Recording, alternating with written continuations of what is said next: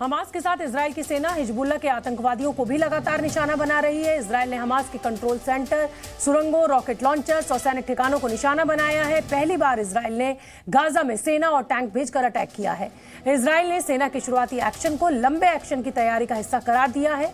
इसके साथ ही आईडीएफ का दावा है कि इजराइल की एयर स्ट्राइक से लेबनान बॉर्डर पर हिजबुल्ला के करीब 50 लोग मारे जा चुके हैं।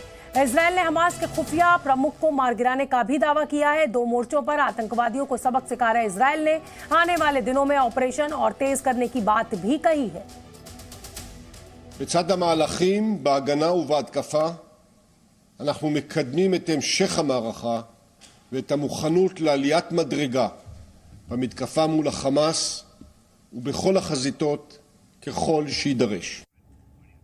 और एक बार फिर से मैं मेरे सहयोगी विशाल पांडे का रुख करना चाहूंगी और फिर बताना चाहूंगी कि विशाल पांडे अभी लौटे हैं 18 से 20 दिनों की रिपोर्टिंग कर गाजा से, इसलिए वहां की स्थिति को भली भांति समझते हैं। मैं इसीलिए विशाल आपसे ये सवाल पूछना चाहती हूं कि हिजबुल्ला कितना खतरनाक हो सकता है। हमास के साथ आप देख ही रहे हैं कि स्थिति कहां तक पहुंच गई है और एक और फ्रंट है हिजबुल्ला, उधर हुती भी तैयार खड़ा हुआ है, तो इसलिए कुल मिलाकर स्थिति बेहद विकट है क्या इजराइल के लिए?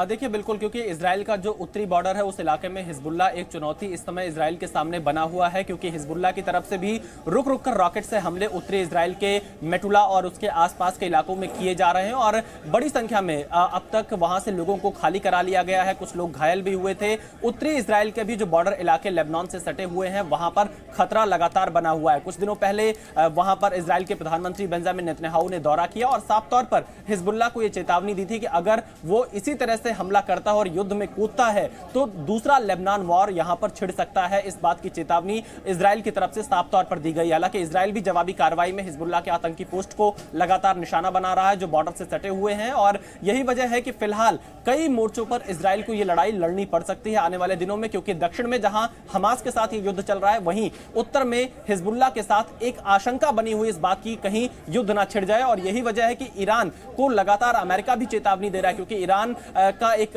अच्छा खासा दखल लेबनान में हिजबुल्ला के साथ माना जाता है। इजराइल हमास के साथ भी ईरान को जोड़ता है, तो ऐसी स्थिति में अगर उत्तरी इजराइल में हिजबुल्ला के साथ युद्ध की शुरुआत होती है तो यह युद्ध आने वाले दिनों में कोई भीषण रूप लेता हुआ दिखाई देगा।